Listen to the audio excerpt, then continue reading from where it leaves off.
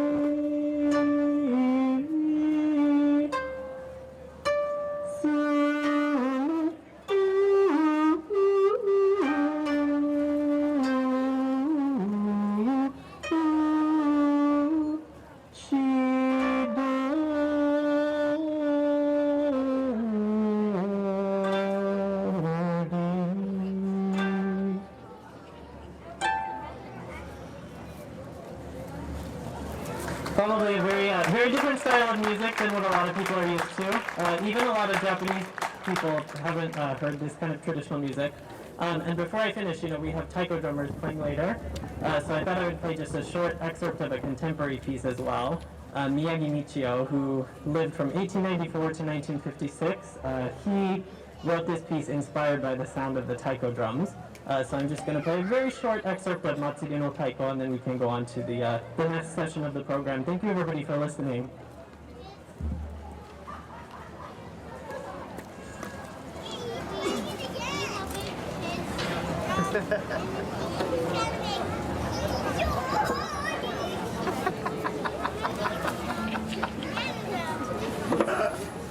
Gonna get a microphone.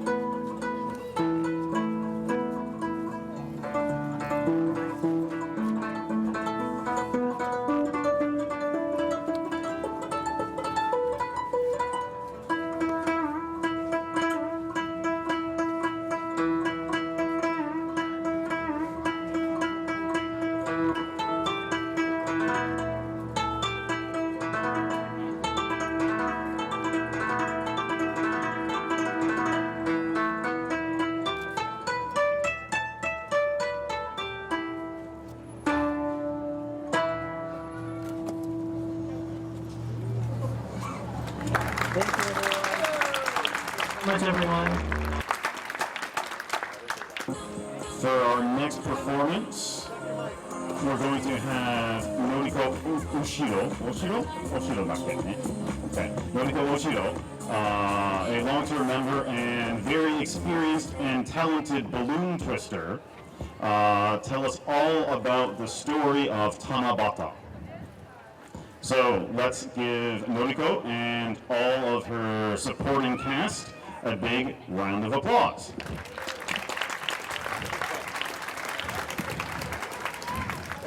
Thank you for coming.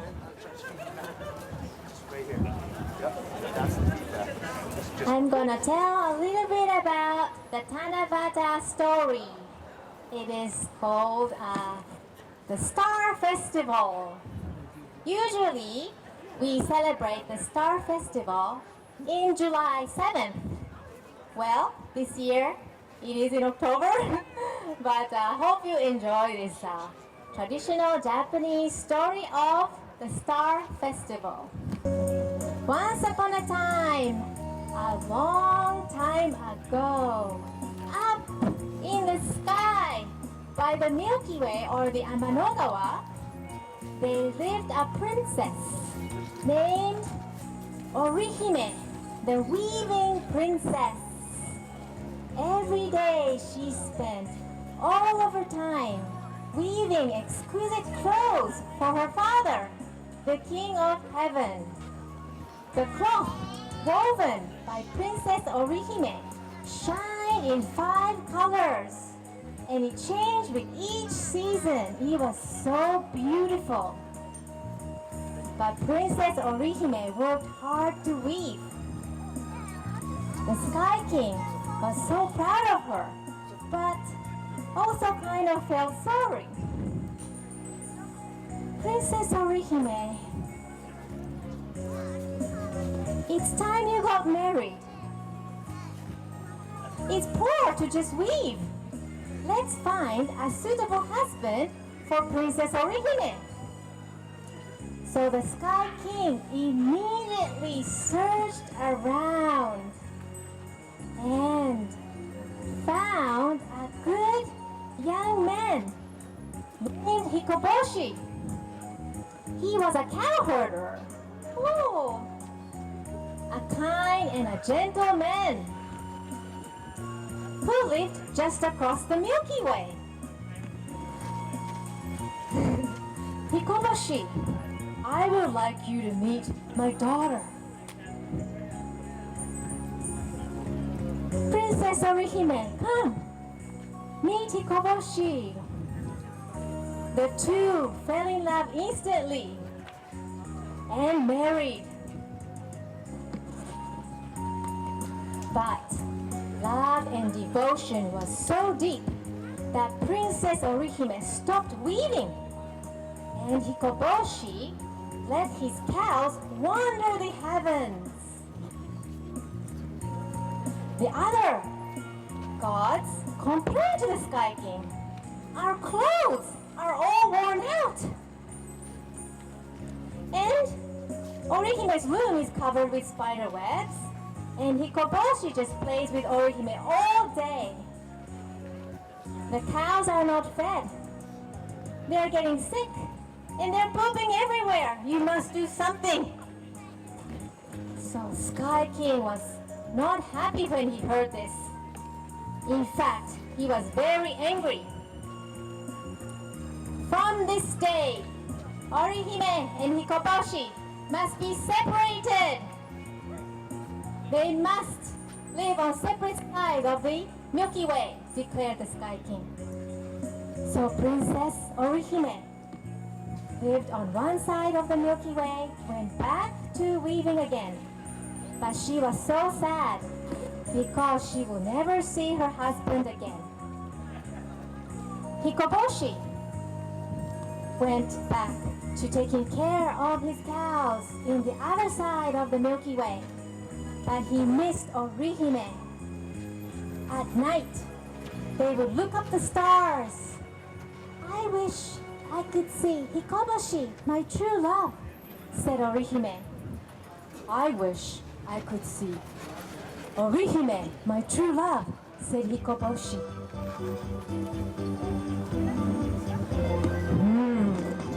The Sky King heard their wish. He wanted them to be happy. So he declared, once a year, on the evening of the 7th day of the 7th month, Orihime and Hikoboshi may see each other. So Princess Orihime was so happy. She worked with joy because she will get to see Hikoboshi once again. Hikoboshi was so happy. He worked with joy. And because he can see Princess Orihime once again. So they worked hard, looking forward to the special day. So on the evening of the 7th day of the 7th month, a flock of magical magpies would come together and form a bridge across the Milky Way so that Orihime and Hikoboshi may see each other again. On July 7th. And they lived happily ever after. So this is the story of Tanabata. And we have a lot of versions of the story, originated in China. It is said that if you look up the night sky of Tanabata, you will see two stars. One is Vega on one side of the Milky Way, and another is Altair on the other side of the Milky Way. They come together once a year, and that's Orihime and Hikoboshi coming together, and it only happens once a year. Today in Japan, we celebrate this July 7th, writing our wishes on paper strips called tanzaku and hang it on to the bamboo branches. So we have our strips of paper in the welcome booth today. Please write down your wishes and tie them onto one of these bamboo branches. Thank you. Thank you very much, Monica. Hey, keep it up. And of course, the foreign cast.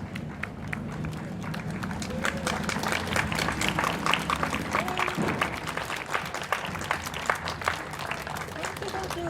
Okay, ありがとう。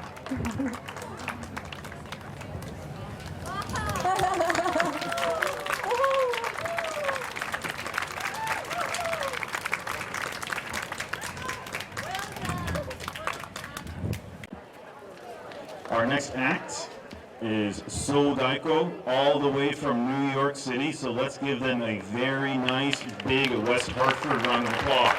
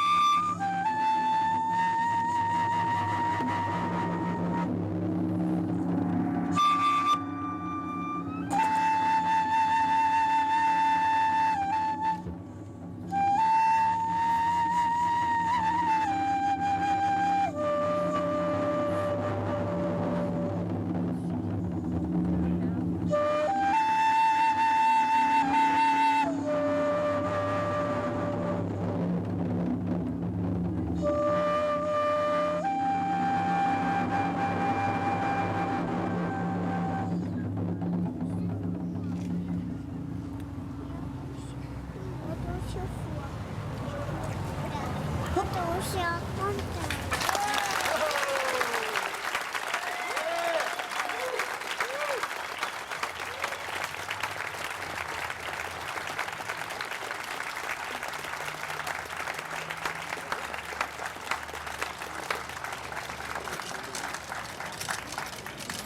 Hello, good afternoon. How are we doing today? Thank you. We are Sodaiko, and we play the Japanese drums, also known as taiko. Our group started in 1979, and we recently celebrated a couple years ago our 40th anniversary. Our group was the first taiko group on the East Coast, and we've had somewhere a little over 80 members who have been a part of our organization. The first song that we played for you is a song that's called Yudachi. Yudachi in Japanese means a summer evening rainstorm. You may have been here a little bit earlier and saw us doing a little tech rehearsal and it started to rain. Usually we try to check the weather as much as possible so that we don't bring the weather with us, but looks like things are clearing up, so hopefully Yudachi will bring us more rain today. That song was actually written by a former member, Sandy Ikeda, and he took the elements from a song called Yatai Bayashi from the Chichibu region in Saitama Prefecture in Japan and arranged that. So you may have heard the sound of crickets and the big drum sounding like there was an impending storm about to come through, and as quickly as it came through, it finished, just like a summer evening rainstorm. The next song we're going to play for you is a song called Matsuri Daiko. Matsuri in Japanese means festival, and daiko means drumming, so it's festival drumming.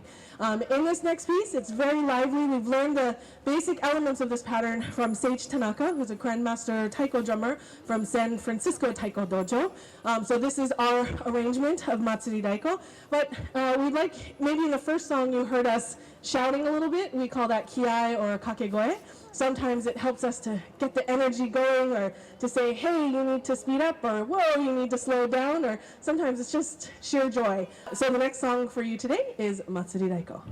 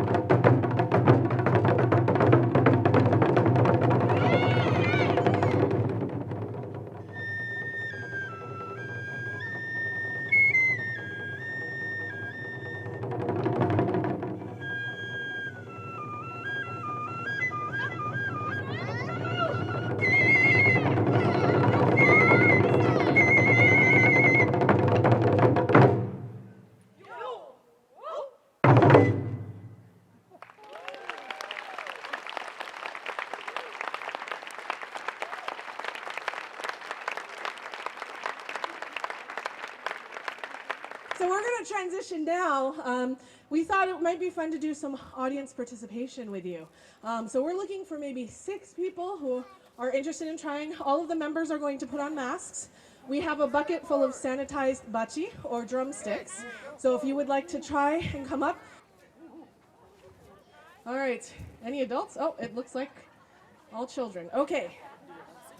We see who's brave out here now. Okay, so what we're going to do first, for you to learn how to play taiko, what we're going to do is stand first. So watch your sodaiko partner. What you're going to do is take the left foot forward and the right foot back, and then you do the hokey pokey. Oh, no, never mind. Okay, left foot forward, right foot back, and then you're going to put your hands forward and put the tips of the drumsticks on the edge, on the head of the drum. Okay, great. Now what we're going to do is we're going to hit 8 times with the right hand. I'm going to say sore, and then you'll hit 8 times with the right hand only. Okay, sore, 1, 2, 3, 4, 5, 6, 7, 8. Oh, very good, very good. Okay, now we're going to try the left hand. Ready, sore, 1, 2, 3, 4, 5, 6, 7, 8. Ooh, very, very good. Okay, now we're going to try right and left hand. Okay, so we're going to start with the right and then the left for 8 counts. And let's see if you can do 8 hits only. Ready, sore, right, left, right, left, right, left, right, left. Ooh. All right. Okay, very good, very good. And we'll do one last thing together. We're going to do a roll together. So what happens is you're going to roll as fast as you can, and then you're going to hear Miyuki on the cannon hit 4 beats. It's going to go 1, 2, 3, 4, and then you're going to swing your arms back, yo, and then you're going to hit left, right, and then you're going to put your arms up in the air so that you're ready for your friends or family to take pictures of you. Okay, ready? Here we go. Say no, roll!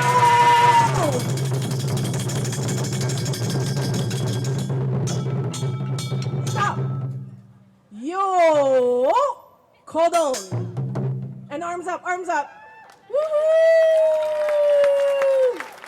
Great job. Thank you so much. You can return the bachi back to Keiko or to your sodaiko buddy, and we'll have the next group up. Ready, say no. 1, 2, 3, 4, 5, 6, 7, 8. Yay! Great job. Okay, now we're going to try with the left hand. Ready, say no. 1, 2, 3, 4, 5, 6, 7, 8. All right. Now we're going to alternate hands. So it's going to be right, left for 8 counts. Okay, ready? Huh? Oh, hold for the photo. All right. Right, left. After Jane takes the photo. Oh, no? Okay. All right. Say no. Right, left, right, left, right, left, right, left. Uh-oh. All right. Great job. Okay. We're going to try to do the roll again, and then we're going to do one more thing for this group. Okay. So I'll say no, and we're going to roll as hard as and as fast as we can. So say no. Roll!